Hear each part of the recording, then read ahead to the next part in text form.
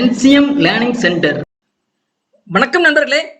நம்ம இந்த வீடியோவில் டிஎன்பிசி நடத்திய கம்பைன்ட் இன்ஜினியரிங் சர்வீஸ் எக்ஸாமினேஷன்ஸ் 2024 அதில் எலக்ட்ரிக்கல் இன்ஜினியரிங் கொஸ்டின் பேப்பரில் எலக்ட்ரோ மேக்னெட்டிக் ஃபீல்டு தெரிய சப்ஜெக்ட்ஸில் என்னென்ன கொஸ்டின்ஸ் கேட்டிருக்காங்க, அது எப்படி சால்வ் பண்ணுறது அப்படிங்கிறத இந்த வீடியோவில் டிஸ்கஸ் பண்ணலாம். எலக்ட்ரோ மேக்னெட்டிக் ஃபீல்டு தெரிய பொறுத்தவரையில் மொத்தம் 16 கொஸ்டின்ஸ் கேட்டிருக்காங்க. அதில் பார்த்தீங்கன்னா கெப்பாசிட்டன்ஸ் கால்குலேஷன்ஸில் ஒரு 3 கொஸ்டினும், டைவர்ஜென்ட் அண்ட் கர்ல் கால்குலேஷன்ஸ்ல ஒரு கொஸ்டினும், இந்த laws Gauss law, Ampere's, Faraday's law, இந்த மாதிரி லா இதுல இருந்து ஒரு 3 கொஸ்டினும், சார்ஜ் கால்குலேஷன்ஸ்ல ஒரு 3 கொஸ்டினும், பொட்டன்ஷியல் கால்குலேஷன்ல ஒரு கொஸ்டினும், எலக்ட்ரிக் ஃபீல்டு இன்டென்சிட்டி கால்குலேஷன்ல ஒரு கொஸ்டினும், இந்த பாய்சன் ஈக்குவேஷன்ஸ்ல ஒரு கொஸ்டின்ஸ், மேக்ஸ்வெல் ஈக்குவேஷன்ஸ்ல ஒரு கொஸ்டின்ஸ், அதுக்கப்புறம் மேக்னெட்டிக் ஃபீல்டு கால்குலேஷன்ஸ்ல ஒரு 2 கொஸ்டின்ஸ், மொத்தம் 16 கொஸ்டின்ஸ் கேட்டிருக்காங்க.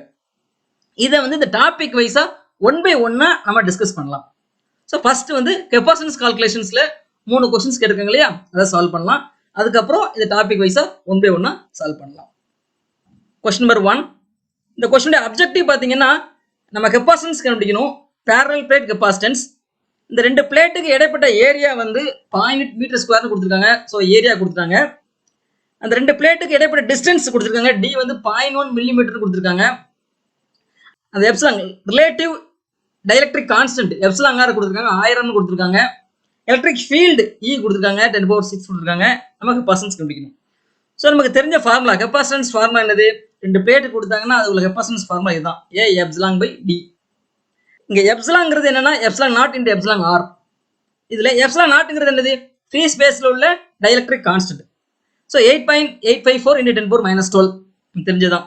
ஸோ இப்போ நமக்கு எல்லா வேலையும் தெரியும், ஏரியா தெரியும், எப்சிலான் நாட் தெரியும், எப்சிலான் ஆர் தெரியும், டி தெரியும். டேரக்டா சப்ஜெக்ட் பண்ணி நம்ம கெப்பாசிட்டன்ஸ் வேல்யூ கண்டுபிடிச்சிடலாம்.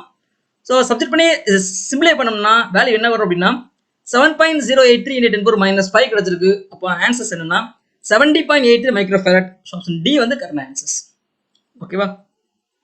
அடுத்து 2வது கொஸ்டின்ஸ். இதுல பாத்தீங்கன்னா 2 ஸ்டேட்மெண்ட் சொல்லியிருக்காங்க. ஃபர்ஸ்ட் அசர்ஷன் அப்படிங்கிற ஒரு ஸ்டேட்மெண்ட். அதுல வந்து என்ன சொல்றாங்கன்னா a capacitor can store charge அப்படின்னு சொல்லியிருக்காங்க. அடுத்து ரீசன் பாத்தீங்க அப்படின்னா the plates of the condenser are conductive அப்படிங்க சொல்றாங்க. இந்த 2 ஸ்டேட்மெண்ட் பார்க்கணும். 2 ஸ்டேட்மெண்ட்டும் ஃபர்ஸ்ட் சரியா தப்பா அப்படிங்கறத பார்க்கணும்.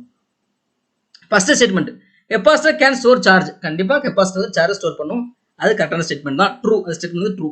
ரெண்டாவது அந்த பிளேட்ஸ் கெப்பாசிட்டர்ல பிளேட்ஸ் வந்து கண்டக்டிவ் தான், ஸோ அதுவும் ஸ்டேட்மெண்ட் ட்ரூ தான். ஸோ அப்போ 2 ஸ்டேட்மெண்ட்டும் ட்ரூ தான். பட் இந்த சார்ஜ் ஸ்டோர் பண்ணுது இல்லையா, அதுக்கு காரணம் வந்து இந்த பிளேட்ஸ் வந்து கண்டக்டிவ் தான் காரணம் அப்படிங்கிறது கிடையாது, ரீசன் கிடையாது. So, both A and R are true, but R is not a correct explanation of A. So, option B வந்து correct answers. Okay? Okay. அடுத்து 3வது கொஸ்டின்ஸ். இந்த கொஸ்டின் அப்ஜெக்டிவ் என்ன அப்படின்னா மேக்ஸிமம் சார்ஜ் நம்ம கண்டுபிடிக்கணும். அந்த கெப்பாசிட்டர்ல மேக்ஸிமம் எவ்வளவு சார்ஜ் இருக்கும் அப்படிங்கிறத கண்டுபிடிக்கணும். ஸோ நமக்கு தெரியும் capacitance equal charge by potential அப்படிங்கிறது தெரியும். சரியா? Capacitance equal charge by potential. So maximum charge அப்படின்னா என்ன வரும் அப்படின்னா இதுல இருந்து இந்த ஈக்குவேஷன்ஸ்ல இருந்து maximum charge is equal to capacitance into maximum potential. சரியா? ஸோ கெப்பாசிட்டன்ஸ் வந்து கான்ஸ்டன்ட் தான், மாற போறது இல்லை. ஸோ அப்போ இதுல எனக்கு சி வேல்யூ அந்த விஎம் மேக்ஸிமம் பொட்டன்ஷியல் இந்த 2 தெரிஞ்சிச்சுன்னா நம்ம என்ன பண்ணிடலாம், மேக்ஸிமம் சார்ஜ் கண்டுபிடிச்சிடலாம். So C value capacitance value எப்படி கண்டுபிடிக்கிறது? ஒரு பேரலல் பிளேட்டுக்கு capacitance C is equal A epsilon by D நமக்கு தெரிஞ்ச ஃபார்முலா. ஸோ இந்த ஃபார்முலால இருந்து நமக்கு ஏ வேல்யூ கொடுத்துருக்காங்க, ஏன்னா விட்த் லென்த் கொடுத்தாங்க, அந்த பிளேட்டுடைய விட்த் லென்த் கொடுத்தாங்க. ஸோ அதில் நம்ம ஏ வேல்யூ காமிச்சிடலாம். Epsilon value epsilon naught epsilon R, epsilon naught constant அது தெரியும், எப்சிலான் ஆர் தெரியும். ஸோ அதுல இருந்து எப்சிலான் வேல்யூ காமிச்சிடலாம். டியும் தெரியும், விட்த். ஓகேவா? இப்போ இந்த ஃபார்முலா இருந்து நம்ம கெப்பாசிட்டன்ஸ் வேல்யூ காமிச்சிடலாம். அடுத்து இந்த மேக்ஸிமம் பொட்டன்ஷியல் கண்டுபிடிக்கணும். எப்படி கண்டுபிடிக்கிறது? என்ன கொடுத்துருக்காங்க? டைஎலக்ட்ரிக் பிரேக்டவுன் ஸ்ட்ரென்த் கொடுத்துருக்காங்க. ஸோ நல்லா கவனிங்க, டைஎலக்ட்ரிக் பிரேக்டவுன் ஸ்ட்ரென்த் யூனிட் பார்த்தீங்கன்னா kV/cm. ஸோ இதுல இருந்து மேக்ஸிமம் பொட்டன்ஷியல் பார்த்தீங்க அப்படின்னா break down into distance width அப்படி எழுதிக்கலாமா, அந்த பிளேட்டோட விட்த். ஸோ அப்போ ஏன்னா பிரேக் டவுனுடைய வேல்யூ பிரேக் டவுன் ஸ்ட்ரென்த்துடைய யூனிட் பார்த்தீங்கன்னா kV/cm. நமக்கு வேண்டியது potential. So potential is equal to break down strength into distance. ஓகேவா? ஸோ இந்த மாதிரி எழுதிக்கலாம். இந்த யூனிட்ல இருந்தே நம்ம என்ன பண்ணலாம், அந்த ஃபார்முலா டெரைவ் பண்ணிடலாம். ஓகே. ஸோ இந்த கெப்பாசிட்டன்ஸ் வேல்யூ இந்த விஎம் மேக்ஸிமம் பொட்டன்ஷியல் ஈக்குவேஷன்ஸ் என்ன பண்றேன், இந்த சார்ஜ் ஈக்குவேஷன் சப்ஸ்டிட் பண்றேன். அப்புறம் என்ன வரும், QM = C க்கு பதிலாக A எப்சிலான் பை T, VM க்கு பதிலாக break down voltage into D, அப்போ டிடி கேன்சல் ஆகி இந்த மாதிரி கிடைக்கும். ஓகேவா? அப்போ இதுல மேக்ஸிமம் சார்ஜ் ஈக்குவேஷன்ஸ் படி ஏ வேல்யூ தெரியும். ஏங்கிறது என்னது? Length width. ஏ வேல்யூ கமிச்சிடலாம். எப்சிலான் வேல்யூ தெரியும். பிரேக் டவுன் வேல்யூ கொடுத்துருக்காங்க. ஸோ அப்போ என்ன பண்ணிடலாம்? இந்த ஃபார்முலால இருந்து நம்ம பண்ணிடலாம் மேக்ஸிமம் சார்ஜ் கமிச்சிடலாம். ஓகேவா? ஏங்கிறது என்னது? Length into width. Width 30 centimetre, so 30 × 10⁻². Length 6 centimetre, so 16 × 10⁻². அடுத்து epsilon naught value. Epsilon value என்ன வரும்? Epsilon R into epsilon naught. Epsilon R value 1.98 கொடுத்தாங்க. Epsilon naught value 8.8 × picofarad 10⁻12.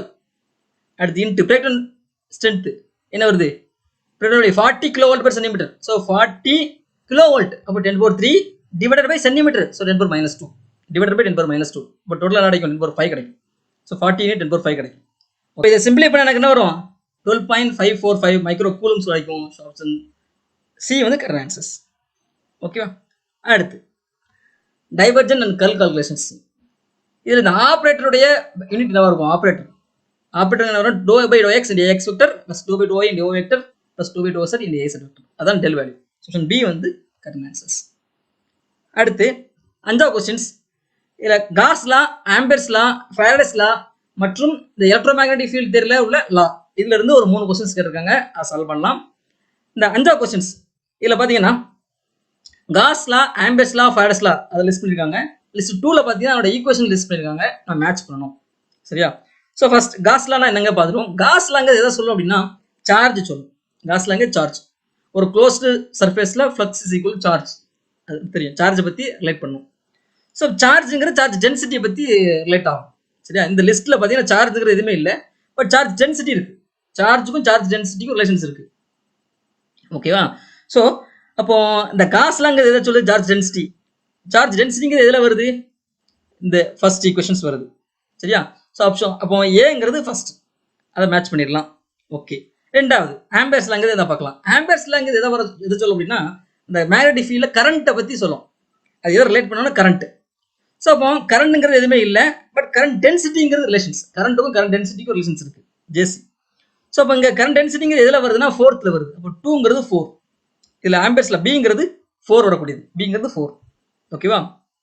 அடுத்து ஃபாரடேஸ்ல பார்த்தீங்கன்னா என்ன சொல்லும் அப்படின்னா ஒரு EMF ப்ரொடியூஸ் ஆகும். எப்போ ப்ரொடியூஸ் ஆகும்னா சேஞ்ச் இன் மேக்னெட்டிக் ஃபீல்டு இருக்கும்போது EMF ப்ரொடியூஸ் ஆகும். ஸோ அப்போ பார்த்தீங்கன்னா இதில் மேக்னெட்டிக் ஃபீல்டுங்கிறது எதில் வருது அப்படின்னு பார்த்தீங்கன்னா இந்த இடத்துல வருது. ஓகேவா? ஸோ அப்போ இதெல்லாம் பார்க்கும்போது நமக்கு எது கரெக்டாக இருக்கும் அப்படின்னா ஆப்ஷன் சி வந்து கரெக்டாக இருக்கும். ஏன்னா ஏ வந்து 1, காஸ்ல வந்து டி ஃப்ளக்ஸ் டென்சிட்டி பண்ணுது. ஸோ பி பார்த்தீங்கன்னா ஆம்பர்ஸில் கரண்ட்டுக்கு வருது. கரண்ட்டுக்கு மேலே ஒரு கரண்ட் டென்சிட்டி ஜேசி. ஸோ இதில் வருதா 4க்கு வரும். அடுத்து சி ஃபாரடேஸில் வந்து எதுக்கு வருதுன்னா அந்த பி மேக்னெட்டிக் ஃபீல்டுக்கு வரும். சேஞ்ச் இன் மேக்னெட்டிக் ஃபீல்டுக்கு வரும். ஸோ அப்போ ஆப்ஷன் சி வந்து கரெக்டாக இருக்கும். ஓகேவா? அடுத்து 2வது கொஸ்டின்ஸ். காஸ்லாவுடைய ஆல்டர்னேட்டிவ் ஸ்டேட்மெண்ட் எது அப்படின்னு சொல்லி கேட்குறாங்க. இதை பார்த்தோன்னு சொல்லிடலாம். காஸ்லாங்கிறது சார்ஜை பற்றி சொல்லக்கூடியது. இதில் ஸ்டோக்ஸ் தியரம், ஃபாரடேஸ் லா, கிரீன்ஸ் தியரம் இது எல்லாமே சார்ஜை பற்றி சொல்லாது. பட் கூலம்ஸ் லா வந்து சார்ஜை பற்றி சொல்லும். ஸோ ஆப்ஷன் பி வந்து கரெக்டாக இருக்கும். ஓகேவா? அடுத்து 7வது கொஸ்டின்ஸ். ஃபாரடேஸ் லா படி இஎம்எஃப்ங்கிறது என்னது? இது பார்த்துன்னு ஆன்சர் பண்ணிடலாம். Electromotive force. ஆப்ஷன் டி வந்து கரெக்டான ஆன்சர்ஸ். ஓகேவா? அடுத்து 8வது கொஸ்டின்ஸ். சார்ஜ் கால்குலேஷன்ஸ் கேட்டிருக்காங்க. சார்ஜ் டென்சிட்டி கொடுத்துருக்காங்க. நம்ம சார்ஜ் கண்டுபிடிக்கணும். பட் எக்ஸோட லிமிட், ஒயோட லிமிட், இசட்டோட லிமிட்லாம் கொடுத்துருக்காங்க. ஓகேவா? ஸோ நமக்கு தெரியும் சார்ஜ் டென்சிட்டிங்கிறது என்னன்னா charge by area. Charge density charge by area. ஏரியாங்கிறது டபுள் இன்டெக்ரல். ஸோ அப்போ என்ன பண்ணலாம்? Charge charge density into area அப்படின்னு எழுதிக்கலாமா? Charge charge density into area. இந்த ஏரியாவுக்கு பதிலாக டபுள் இன்டெக்ரல் போட்டுக்கலாம். ஓகே, இதான் ஈக்குவேஷன்ஸ். ஓகே, இப்போ லிமிட் கொடுத்துட்டாங்க. இப்போ இந்த ஈக்குவேஷன் எப்படி எழுதலாம் அப்படின்னு நம்ம எழுதலாம். ஏன்னா சார்ஜ் டென்சிட்டி வேல்யூ தெரியும். எக்ஸோட லிமிட் 0 to 1. அதே மாதிரி ஒய்ட லிமிட் பார்த்தீங்கன்னா 0 to 1 தான். ஒய்ட லிமிட் 0 to 1. இந்த ஈக்குவேஷன் சிம்பிளிஃபை பண்ணால் எனக்கு கியூ வழி கிடச்சிடும். அப்போ இதை இன்டிவேட் பண்ணணும். எப்படி இன்டிவேட் பண்ணுறது? 2 வேரியபிள்ஸ் இருக்குது. ஸோ அப்போ என்ன பண்ணுறேன் அப்படின்னா இதில் நான் எக்ஸ்2 வந்து நான் யூன் எடுத்துக்கிறேன்.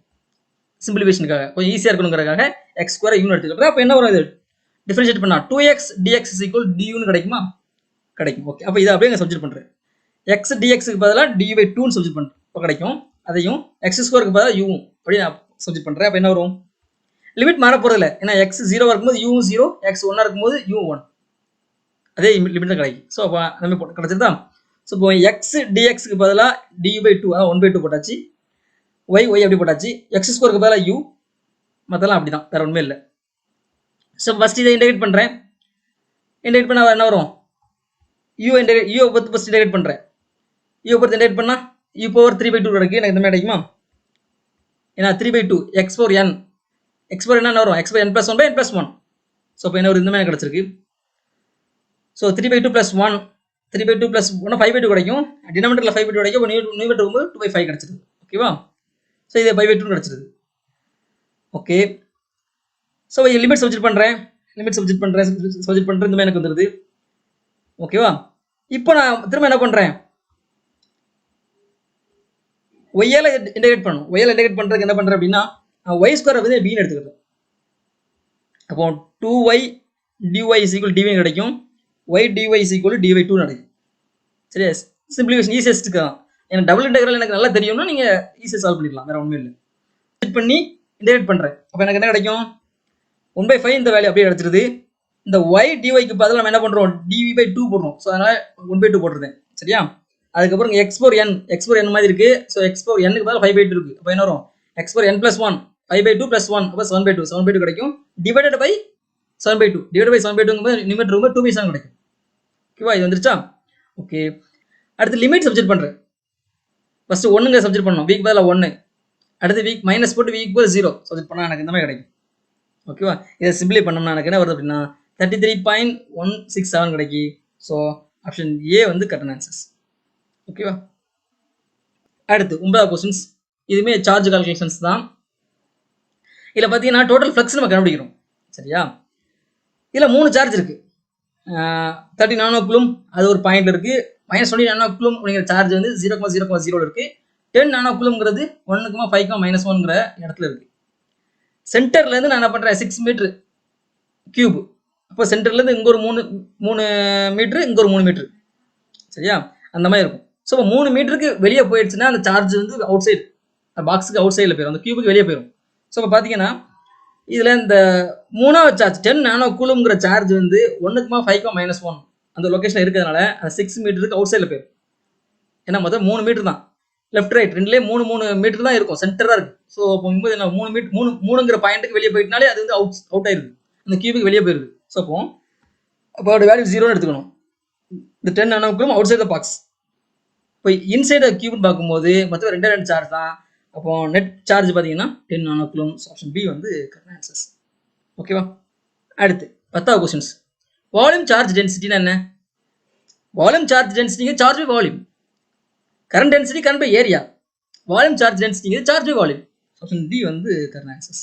ஓகே. அடுத்து 11வது கொஸ்டின்ஸ். பொட்டன்ஷியல் கண்டுபிடிக்கணும். சார்ஜ் வந்து யூனிஃபார்மாக டிஸ்ட்ரிபியூட் ஆயிருக்கு ஸ்பியரில். பட் ரேடியஸ் பார்த்தீங்கன்னா ஏ. நம்ம பொட்டன்ஷியல் கண்டுபிடிக்கணும். At R = B less than A அந்த பாயிண்ட்ல கண்டுபிடிக்கணும். சரியா? ஸோ இதே பொட்டன்ஷியல் கண்டுபிடிக்கிறோம். அந்த ரேடியஸ் ஆர் = பி = ஏயா இருந்ததுன்னா வரும் பி = q/4πε ஏ. ஏன்னா ஏங்க ரேடியஸ் இதான் வரும். இதான் பொட்டன்ஷியல் ஈக்குவேஷன்ஸ். பட் நமக்கு அந்த ரீஜன் வந்து கம்மியாக இருக்கு. ஆர் = பி லெஸ் தென் ஏன்னு இருக்கு. சரியா? அப்போ இந்த ஈக்குவேஷன்ஸ்ல நம்ம ஆர் = பி = ஏன்னு போட்டோம்னா இந்த இது வருமானு பார்க்கணும். Option A, B, C, D 3ல ஒவ்வொன்றா செக் பண்ணி பார்க்குறோம். பார்த்தோம்னா ஆப்ஷன் சி தான் கரெக்டாக இருக்கும். எப்படின்னா செக் பண்ணுற பாருங்க. இந்த ஈக்குவேஷன் எடுத்துட்டேன், ஆப்ஷன் சி எடுத்துக்கிட்டேன். இப்போ நான் ஆர் = பி = ஏ சப்ஜெக்ட் பண்ண எனக்கு இது வருதான்னு பார்க்குறேன். மற்றதுக்கு பார்த்தீங்கன்னா கண்டிப்பாக வராது. சரியா? இப்போ நான் இதை இன்டெகிரேட் பண்ணுறேன். அப்போ என்ன வரும்? இதில் காமன் பார்த்தீங்கன்னா q/4πε0ங்கிறது காமன் வெளியே எடுத்தாச்சு. அப்போ இங்கே 1/r² இருக்குது, இங்கே r/a³ இருக்குது. சரியா? ஸோ இதை இன்டெகிரேட் பண்ணுறேன். இதை இன்டெகிரேட் பண்ணால் வரும் r⁻². r⁻² இன்டெகிரேட் பண்ணால் வரும் r⁻1/-1. ஏன்னா x என்ன இன்டெகிரேட் பண்ணால் என்ன வரும்? x⁻n + 1/n + 1 அதே மாதிரி கிடைக்கும். அதே மாதிரி இதை நான் இன்டெகிரேட் பண்ணுறேன். r இன்டெகிரேட் பண்ணால் என்ன வரும்? r⁻²/2. ஏன்னா r⁻1 r⁻2/2 கிடைக்கும். ஸோ இப்போ எனக்கு எப்படி கிடைக்கும்? இந்த மாதிரி கிடைக்கும். லிமிட் அப்ளை பண்ணோம்னா இந்த மாதிரி வரும். -1/a இதுக்கு லிமிட்ல அப்ளை பண்ணால் இந்த மாதிரி வரும். இப்போ b = a சப்ஜெக்ட் பண்ணால் இது ஃபுல்லாகவே எனக்கு 0 ஆயிருது. அப்போ என்ன வரும்? q/4πε ஏன்னு கிடைக்கும். சரியா? அப்போ ஆர் = பி = ஏ இந்த இடத்துல இந்த மாதிரி எனக்கு வந்துருது. ஆப்ஷன் சி தான் கரெக்ட். மற்ற ஈக்குவேஷன்ஸ்க்கு வராது. நீங்கள் இன்டெகிரேட் பண்ணுங்க, இன்டெகிரேட் பண்ணி இந்த லிமிட் அப்ளை பண்ணுங்க. அப்ளை பண்ணி பார்த்தீங்கன்னா பி = ஏ சப்ஜெக்ட் பண்ணீங்கன்னா இந்த ஈக்குவேஷன்ஸ் வராது. சிக்கு மட்டும்தான் வரும். ஆப்ஷன் சி வந்து கரெக்ட் ஆன்சர்ஸ். ஓகேவா? அடுத்து 12வது questions. Electric field intensity calculations அது கேட்டிருக்காங்க. நம்ம எலக்ட்ரிக் ஃபீல்டு இன்டென்சிட்டி கண்டுபிடிக்கணும். சார்ஜ் டென்சிட்டி கொடுத்துருக்காங்க. ஓகேவா? ஸோ இப்போ எலக்ட்ரிக் ஃபீல்டு இன்டென்சிட்டிக்கும் சார்ஜ் டென்சிட்டிக்கும் உள்ள ஈக்குவேஷன் நமக்கு தெரியும். இது எலக்ட்ரிக் இன்டென்சிட்டி, இது சார்ஜ் டென்சிட்டி. இந்த ஃபார்முலாஸ் தெரிஞ்சிச்சு நம்ம ஈஸியாக ஆன்சர் பண்ணிடலாம். ஸோ இதான் எலக்ட்ரிக் ஃபீல்டு இன்டென்சிட்டிக்கும் சார்ஜ் டென்சிட்டிக்கும் உள்ள ரிலேஷன்ஸ். ஓகேவா? ஸோ சப்ஜெக்ட் பண்ணுறேன். சார்ஜ் டென்சிட்டி 20 நானோ coulomb per metre square. So 20 × 10⁻⁹. ஓகேவா? அடுத்து 2 × எப்சிலான் நாட் தெரியும், 8.854 × 10⁻12 ஃப்ரீ ஸ்பேஸில். ஸோ இதை சிம்பிளை பண்ண எனக்கு என்ன வருது அப்படின்னா -0.11294 × 4 கிடைக்கும். அந்த ஆப்ஷன் எதுவுமே இல்லை. அப்போ 360 ஒவ்வொரு வேலையை பார்க்குறேன். 10 கண்டிப்பாக வரப்போகிறது இல்லை. 18 × π, பைங்கிறது என்னது 3.14, அந்த வேல்யூ போட்டு பார்க்குறேன். அதை பெருக்கி பார்க்குறேன். இது பெருக்கி பார்க்கும்போது எனக்கு 360 × π போட்டோம்னா இந்த வேல்யூ கிடச்சிரும், நம்மளோட வேல்யூ கிடச்சிரும். ஆப்ஷன் டி வந்து கரெக்ட் ஆன்சர்ஸ். ஓகேவா? அடுத்து 13 கொஸ்டின்ஸ். பாய்சன் ஈக்குவேஷன் கேட்டிருக்காங்க. பார்த்தோன்னே ஆன்சர் பண்ணிடலாம். பாய்சன் ஈக்குவேஷன்ஸ்க்கு என்ன வரும்னா del square v is equal to -ρ/ε0. Option A வந்து கரெக்ட் ஆன்சர்ஸ். பாய்சன் ஈக்குவேஷன் தான் தெரியும்.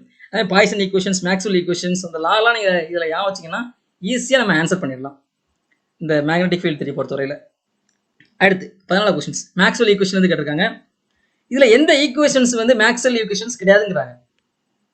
ஸோ ஆப்ஷன் ஏ பார்த்தீங்கன்னா ஃபீல்டு, மேக்னெட்டிக் ஃபீல்டுக்கு டைவர்ஜன் எடுத்தால் வேல்யூ 0 தான். ஆப்ஷன் ஏ, இந்த ஆப்ஷன் ஏ வந்து கரெக்டான ஸ்டேட்மெண்ட். அது மேக்ஸ்வெல் ஈக்குவேஷன் தான். அடுத்து பி பார்த்தீங்கன்னா ஃப்ளக்ஸ் டென்சிட்டிக்கு கர்ல் எடுத்தோம்னா அது 0 வரும். ஸோ அதுவும் கரெக்டான ஸ்டேட்மெண்ட் தான். இங்கே பார்த்தீங்கன்னா charge density, charge is equal charge density into area. So S போட்டிருக்காங்களே சர்ஃபேஸ் ஏரியா. ஸோ அப்போ அதுவும் வந்து ஸ்டேட்மெண்ட் கரெக்டான ஸ்டேட்மெண்ட் தான். இந்த டி பார்த்தீங்கன்னா சார்ஜ் டென்சிட்டி இருக்குது, பட் இங்கே ஏரியா. இந்த ஈக்குவேஷன் தப்பான ஸ்டேட்மெண்ட். ஸோ ஆப்ஷன் டி வந்து தப்பான ஸ்டேட்மெண்ட். ஓகேவா? அடுத்து 15 கொஸ்டின்ஸ். மேக்னெட்டிக் ஃபீல்டு கால்குலேஷன்ஸ் வந்து கேட்டிருக்காங்க. இந்த கொஸ்டின் அப்ஜெக்டிவ் என்ன அப்படின்னா, ஒரு காயில் இருக்கு, ஒயர் அது எல் லென்த் இருக்கு, அதில் கரண்ட் ஃப்ளோ இருக்கு. கரண்ட் ஃப்ளோருக்கும் மேக்னெட்டிக் ஃபீல்டு ஃபார்ம் ஆகும். அந்த கரண்ட்டுக்கும் மேக்னெட்டிக் ஃபீல்டுக்கும் உள்ள ரிலேஷன்ஸ் என்ன? ஸோ நமக்கு தெரியும், ஒரு காயிலில் கரண்ட் ஃப்ளோ இருந்ததுன்னா அதை சுற்றி மேக்னெட்டிக் ஃபீல்டு ஃபார்ம் ஆகும். இதே இது ஒரு சார்ஜ் இருந்ததுன்னா எலக்ட்ரிக் ஃபீல்டு ஃபார்ம் ஆகும். ஓகேவா?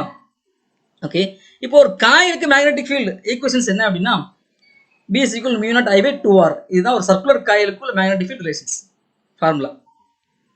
ஸோ இது வந்து ஆம்பியர்ஸ்ல, அதுலேருந்து பயாசார்ட்ல அதுலேருந்து டெரைவ் பண்ணியிருப்பாங்க.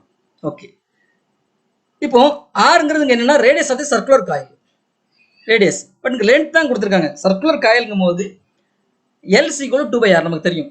லென்த் பார்த்தீங்கன்னா 2/R. ஸோ இதுலேருந்து ஆர் கண்டுபிடிச்சிடலாம். இந்த ஆரை வந்து நாங்கள் சப்ஜெக்ட் பண்ணுறேன். அப்போ எனக்கு என்ன வரும்? பி வேல்யூ μ0I/π/L கிடைக்கும். ஏன்னா ஆருக்கு பதிலாக L/2π. சரியா? நம்ம கிடைக்குமா? ஸோ ஆப்ஷன் அப்போ இது ஐ வழி கமிச்சிடலாம். ஐ வழி என்ன வரும்? Current I is equal to BL/μ0/. So option B வந்து கரெக்ட் ஆன்சர்ஸ். ஓகேவா? அடுத்து கடைசி கொஸ்டின்ஸ், 16 கொஸ்டின்ஸ். இந்த கொஸ்டின் அப்ஜெக்டிவ் என்ன அப்படின்னா எம்எம்எஃப் கண்டுபிடிக்கணும். ஒரு காயில் டேன்ஸ் வந்து 3000 டேன்ஸ் கொடுத்துருக்காங்க, லாங் வந்து 10 மில்லிமீட்டர் லாங் கொடுத்துருக்காங்க, திக்னஸ் கொடுத்துருக்காங்க, கரண்ட் வந்து 5 மில்லியாம்ஸ் கொடுத்துருக்காங்க. இப்போ எம்எம்எஃப் கண்டுபிடிக்கணும். எம்எம்எஃப்ங்கிறது என்ன அப்படின்னா கரண்ட் இன்டு டேன்ஸ். இந்த ஈக்குவேஷன்லேருந்தே கண்டுபிடிச்சிடலாம். பாருங்க, எம்எஃப் கண்டுபிடிக்கணும். யூனிட் பாருங்க, ampere in turns. Given unit பார்த்தீங்கன்னா ஆம்பியர் இன் டேன்ஸ். ஆம்பியருங்கிறது கரண்ட், டேன்ஸுங்க டைம். இந்த ஆப்ஷன்லேருந்தே நம்ம ஃபார்முலா டெரைவ் பண்ணிடலாம். சரியா? Ampere into turns. ஸோ அப்போ ஆம்பியர் பார்த்தீங்கன்னா 5 மில்லி ஆம்பியர். ஸோ 5 × -3.